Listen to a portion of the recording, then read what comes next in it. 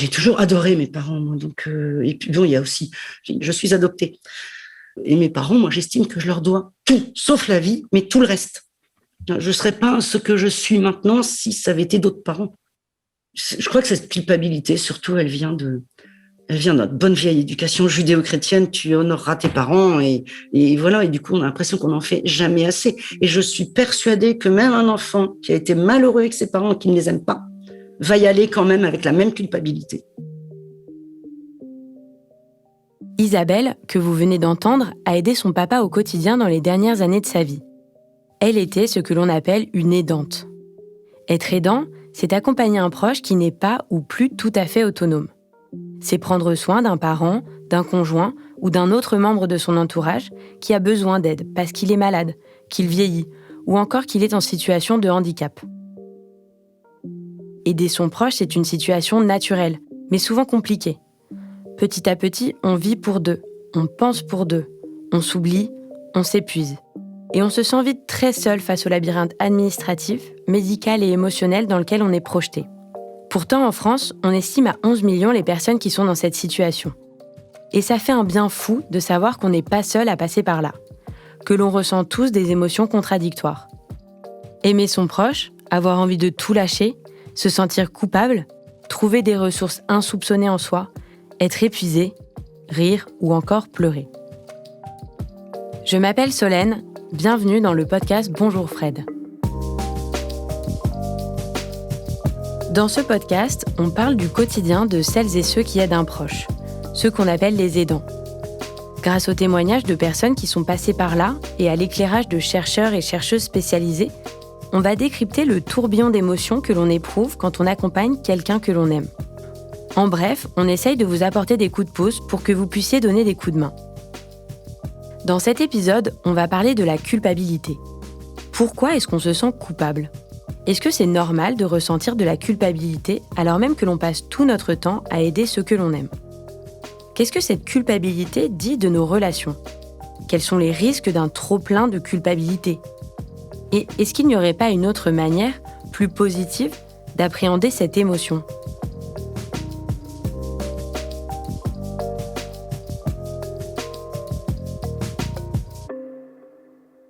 Isabelle habite dans le nord de la France.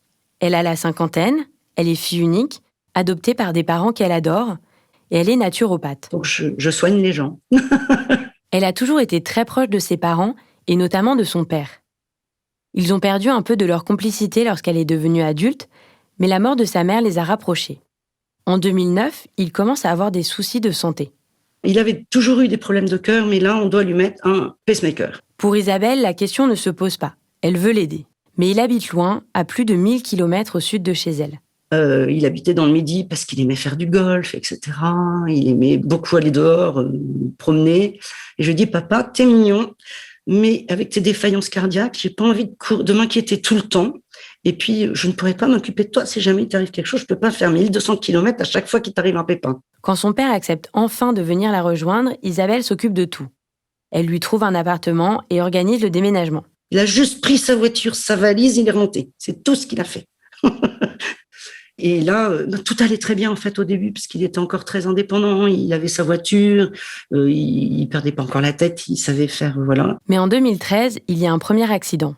Le père d'Isabelle fait une chute chez un cousin avec qui il passe des vacances.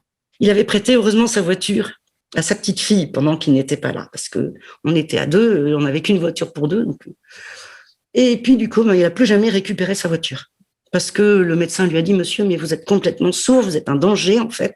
Il a fallu que je fasse intervenir son médecin de famille parce que moi, il ne croyait pas. Et ça me faisait peur parce que je le voyais débouler, il ne regardait pas les priorités de droite, il ne regardait rien, quoi. Il me faisait une peur bleue. Et à partir de là, mon quotidien, c'était, je l'amenais au bridge, j'allais faire ses courses. J'avais trouvé quelqu'un pour lui faire son ménage quand même, parce que c'est pas mon fort. Et j'avais fait intervenir à la mairie les repas à domicile. Ce qui me rassurait aussi, parce que comme ça, si jamais il lui arrivait quelque chose, au moins il y avait quelqu'un qui passait le midi. Et moi, je venais souvent parce que je venais lui rapporter son linge, je lui faisais des petits plats tout prêts pour le week-end. Et puis je voulais pas le laisser tout seul, en fait. Donc, j'allais babeler avec lui. On se racontait nos histoires, on regardait la télé ensemble à la limite, on s'en fichait quoi. Du moment qu'on était ensemble, c'était bien. Pourtant, malgré cette présence, malgré tous ces soins, malgré la mise en place d'aides qui font que jamais son père ne passe une journée seule, Isabelle se sent coupable. Alors, il y a eu une situation comme ça, oui, où j'étais malade. Et j'appelle ma fille en disant « Écoute, ma chérie, je me sens pas du tout d'aller voir ton grand-père tout à l'heure. » Et en fait, si, j'ai quand même été. Mais je me sentais tellement coupable. J'avais l'impression que j'avais pas le droit de rester dans mon canapé à regarder la télé, quoi. Et ça m'a poursuivi jusqu'au bout, de toute façon. Il y avait des fois, j'avais pas envie, il pleuvait à verse. Je me disais, j'ai pas envie d'aller le voir. Puis si, en fait, on se lève, on se bouge et puis on y va, quoi. Parce que sinon, on a l'impression qu'il y a une espèce d'épée de Damoclès qui est sur votre tête et qui va vous dire, c'est pas bien, tu n'y as pas été, boum. Et puis les gens vous culpabilisent en disant, prends-le chez toi. Ou bien ils vous disent, mais pourquoi tu t'en occupes comme ça? Pense à toi. Sauf que on peut pas, on se sent pas comme ça, on a envie de s'en occuper.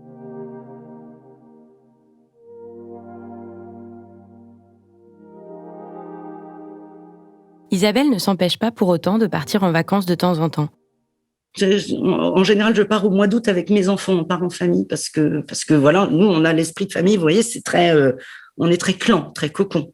Mais avant chaque départ, elle prend soin de tout mettre en place pour qu'on s'occupe de son père. C'est-à-dire que j'avais un ami qui passait chez moi parce que j'ai continué le journal pour que mon père puisse l'avoir et le lire, alors que moi, je le lisais plus depuis belle lurette, mais c'est pas grave. Donc, il passait chez moi, il allait chercher le journal, il allait voir mon père régulièrement. Qu'il soit à l'hôpital, en EHPAD ou chez lui, ça ne changeait rien du tout. J'envoyais des textos à mes amis, j'envoyais des cartes postales à mon père, bref. Sinon, je serais pas partie l'esprit tranquille, je serais revenue avant en me disant c'est pas possible. Et en trouvant ça tout à fait normal, en vrai. En écoutant Isabelle, je suis impressionnée par le temps qu'elle passe avec son père. Et je suis touchée par le plaisir qu'elle ressent à passer des moments très simples avec lui, simplement pour profiter de la compagnie l'un de l'autre. Mais cela m'interroge aussi.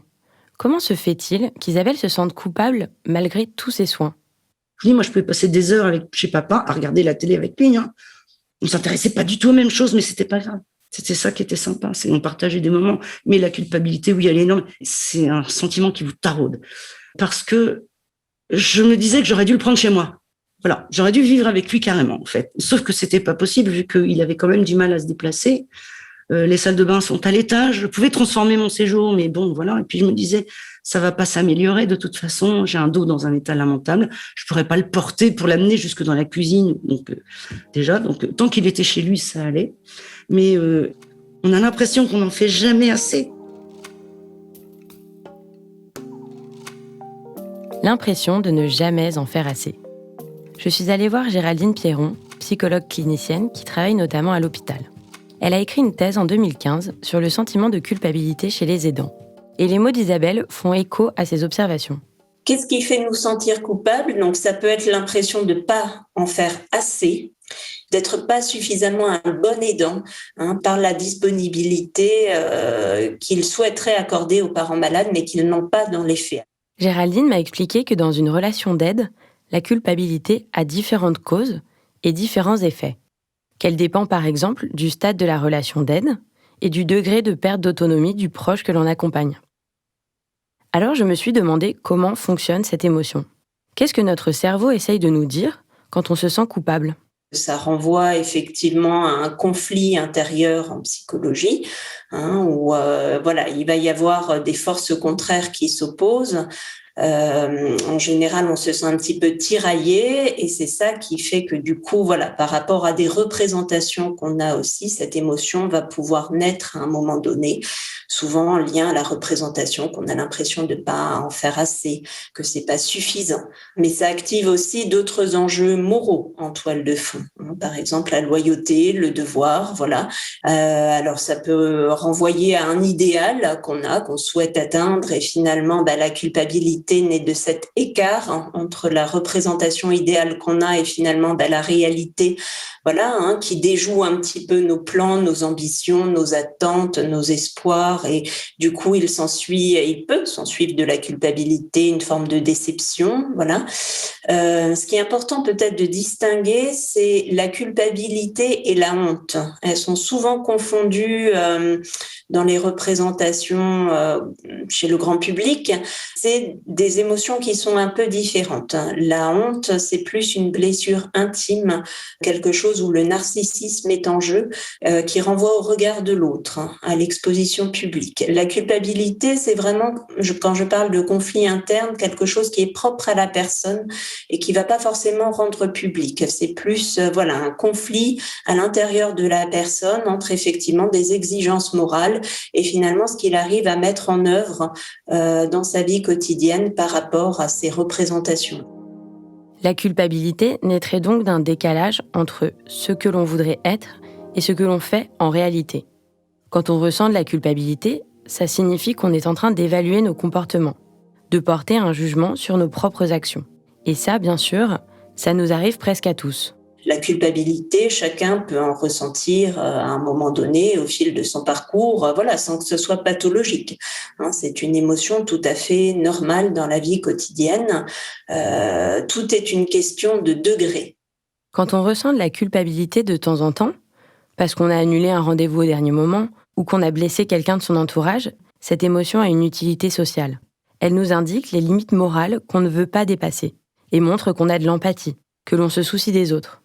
Dans ce cas-là, la culpabilité peut avoir des conséquences positives. Elle nous incite à nous excuser ou à éviter de reproduire certaines actions pour ne pas, justement, se sentir coupable. Alors, la culpabilité peut être moteur parce que justement, ça pousse à se dépasser, à aller plus loin, à puiser dans ses ressources. Et justement, si on est insatisfait par rapport à cette représentation qu'on avait d'une tâche à accomplir et qu'on s'est rendu compte qu'on n'a pas tout à fait réussi à atteindre cet idéal, on aura envie de se perfectionner, de continuer, à repousser nos limites.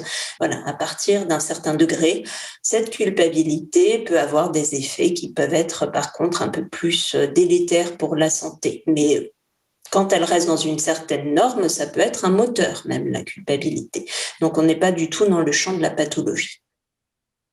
La culpabilité ressentie dans le cadre d'une relation d'aide est un peu différente.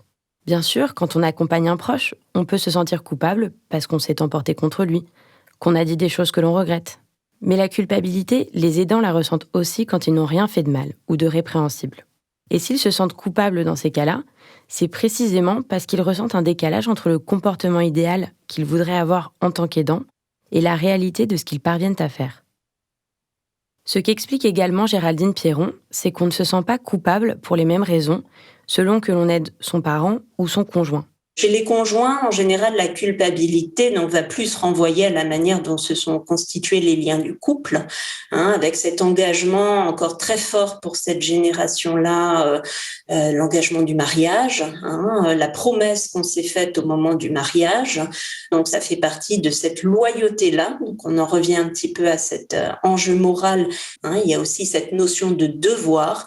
Donc, chez les enfants, la culpabilité, elle va effectivement tirer ses racines de la relation affective que l'enfant a développée tout au long de sa vie avec le parent dont il s'occupe. Donc ça va effectivement mettre en jeu toute l'histoire infantile, à la fois la manière dont l'enfant a pu compter sur son parent, dont il a été présent, ce que nous les psychologues on appelle la dette de vie. C'est-à-dire finalement ce que le parent a donné à travers les soins, l'éducation, la manière dont il s'est occupé de l'enfant, à cet enfant-là dans sa petite enfance. Donc c'est tout cet ensemble qui va être reconvoqué dans la relation d'aide à un moment donné et du coup qui va faire effectivement le lit de cette culpabilité chez l'enfant. Pour Isabelle, s'engager auprès de son père, ça a justement été très naturel, parce qu'elle a toujours été très proche de lui. Et cela, je l'ai ressenti dans la façon qu'elle a d'évoquer son enfance. Mon père était quelqu'un de très maternel, soyons clairs. Et ma mère était c'était elle qui tenait la culotte dans la famille, en fait, en vrai. Donc, voilà. Et du coup, j'étais très proche de papa parce que c'est lui qui me faisait faire mes devoirs, c'était lui qui m'amenait à l'école, c'est lui, beaucoup de choses comme ça. Vraiment beaucoup de choses comme ça, oui. Quand j'y pense, c'est lui qui était là le soir, de toute façon. J'avais une babysitter pour aider, mais bon, parce que les papas peuvent pas tout faire, surtout à cette génération-là. Ils s'occupaient pas du bain, ils s'occupaient pas de certaines choses comme ça. Je me souviens, moi, de la vie de tous les jours.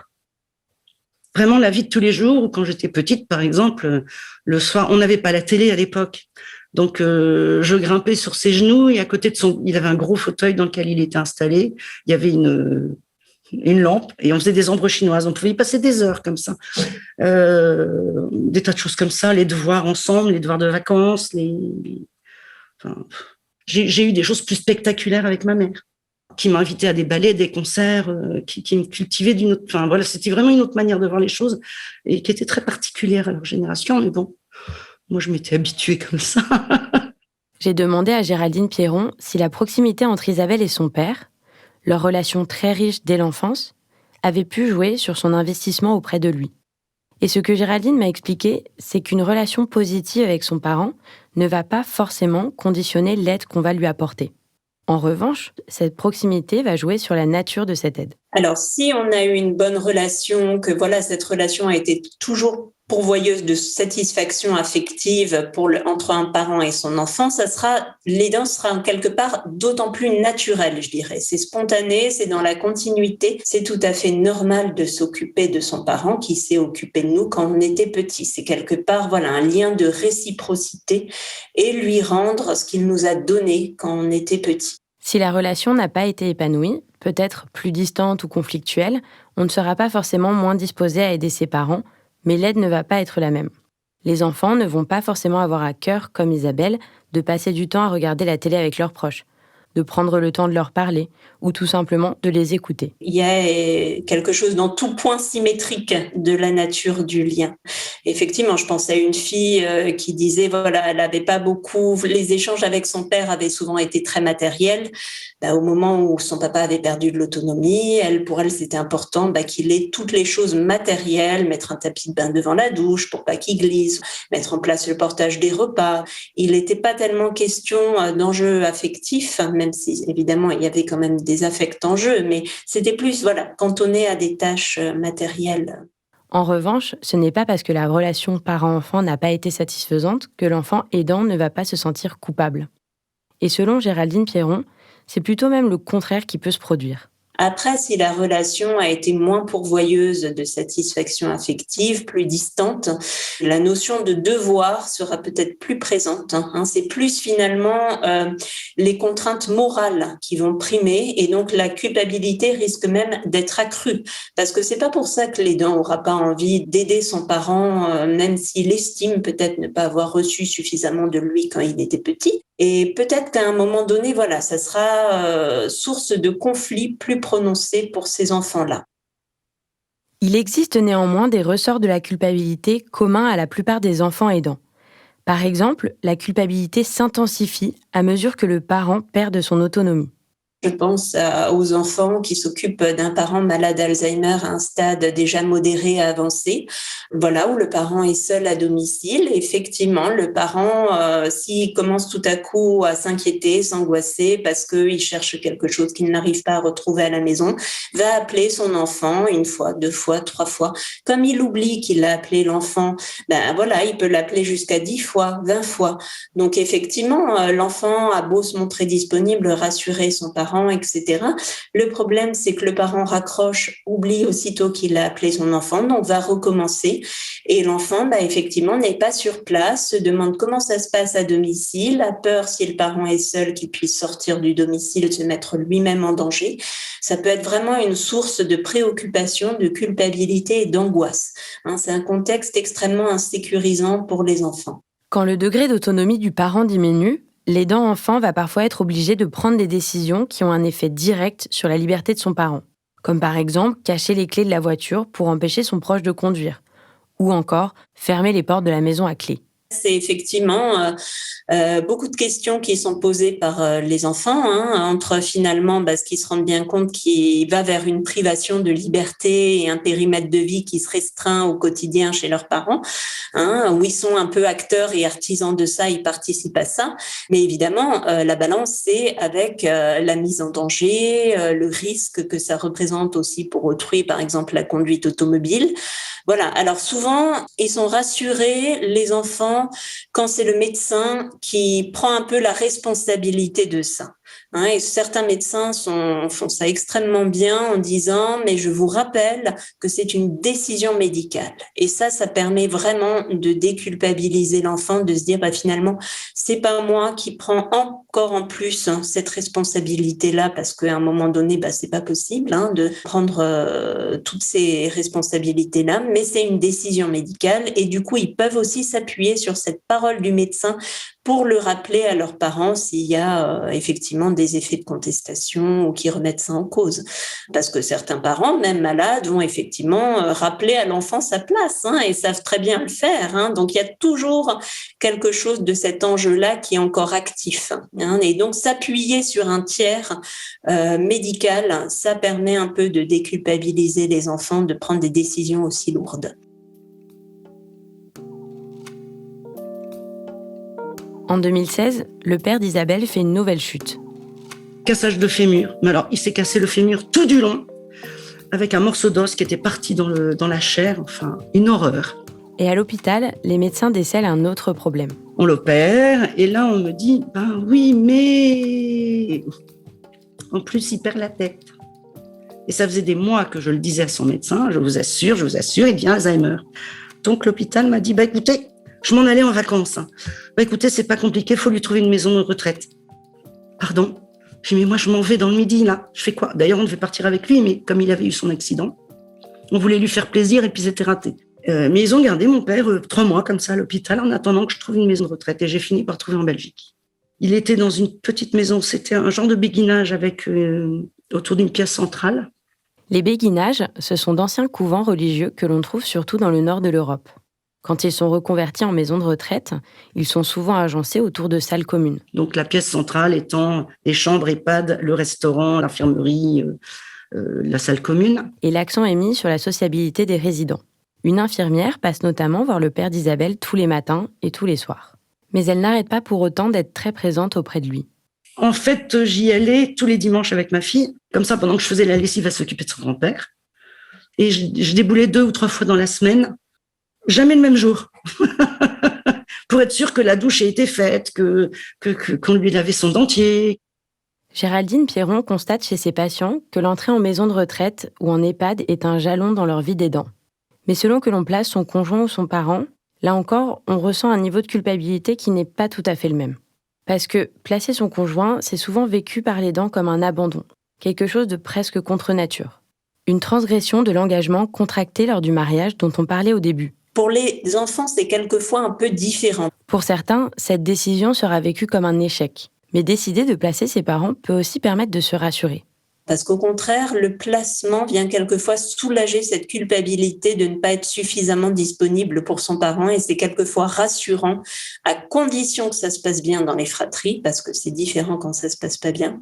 Là, c'est souvent rassurant pour les enfants de savoir que finalement, ça y est, son parent, surtout s'il était seul à domicile, et enfin dans un lieu où il est en sécurité, où on s'occupe de lui au quotidien, etc. Parce que l'enfant, à un moment donné, se rend compte qu'il ne peut pas être sur tous les fronts, et que finalement, il vaut mieux qu'il soit institutionnalisé. Et puis aussi parce qu'il y a moi, ce que j'avais appelé ce fameux seuil critique de la dépendance, à un moment donné, c'est-à-dire le parent ou le conjoint s'installe vraiment dans la dépendance et donc il doit être accompagné dans tous les actes de la vie quotidienne. C'est un peu différent souvent quand le parent ou le conjoint n'a pas encore franchi ce seuil-là. Souvent, il y a encore des satisfactions possibles dans la relation d'aide et la culpabilité peut souvent être plus moteur tant que ce seuil n'a pas été franchi. Après, on se rend compte que les satisfactions s'amenuisent dans la relation d'aide et finalement, on entre dans quelque chose d'un peu différent. Et donc, du coup, le placement, la séparation, c'est l'aboutissement de ce processus, mais qui peut être un soulagement à un moment donné, mais plus pour les enfants. Pour certains enfants aidants, l'entrée en maison de retraite serait donc un moyen d'alléger leur culpabilité. Et selon Géraldine Pierron, c'est essentiel.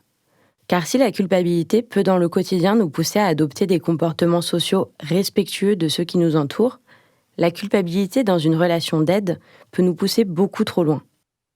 Parce que si on se sent coupable, même quand on n'a rien fait de mal, notre cerveau va nous dire d'en faire encore plus, pour alléger ce sentiment de culpabilité. et cela peut devenir très dangereux. Le risque, c'est l'épuisement, clairement, l'épuisement moral, l'épuisement physique, qui est aussi vrai chez les enfants, surtout chez les enfants uniques, qui sont aidants principaux de leurs parents quand le parent est seul à domicile. Parce qu'un sentiment de culpabilité exacerbé peut empêcher de prendre des vacances, par exemple, ou même de s'autoriser quelques instants de répit pour souffler. Les aidants ont souvent l'impression, dès qu'ils se séparent en fait ou s'éloignent de leurs proches malades, d'être démissionnaires et d'être un mauvais aidant.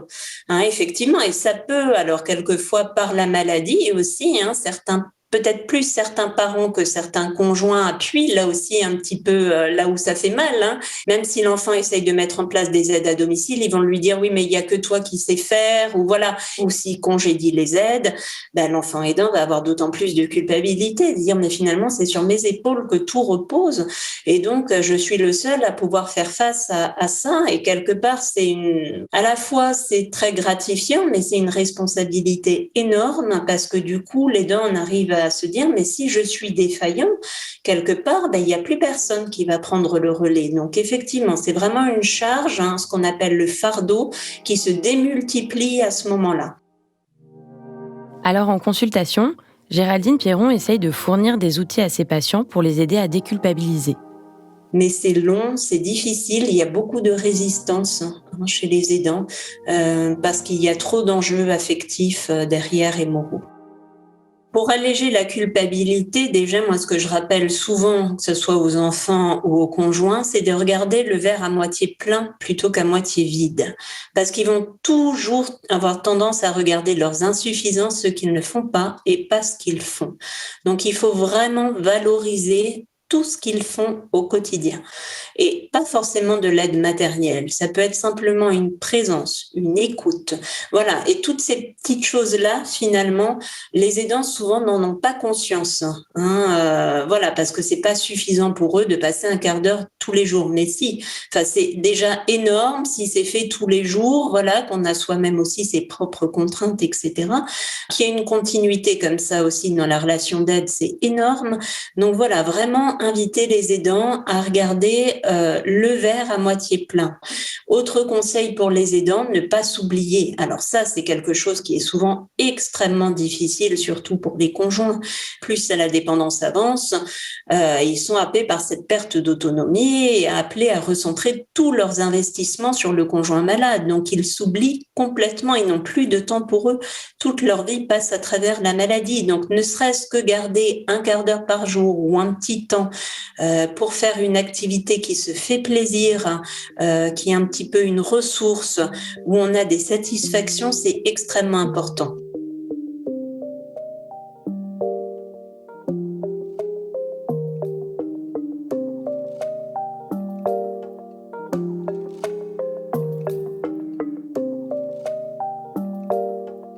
Vous venez d'écouter le podcast Bonjour Fred, réalisé avec le soutien de Malakoff Humanis. Clara Garnier-Amouroux a mené les interviews et assuré l'écriture de cette série. Clément Bélanger était à la réalisation et il a aussi composé la musique. Merci à Isabelle et Géraldine de nous avoir accordé leur temps. Si vous avez envie de raconter votre histoire, n'hésitez pas à nous écrire à fred@bonjourfred.com. À bientôt!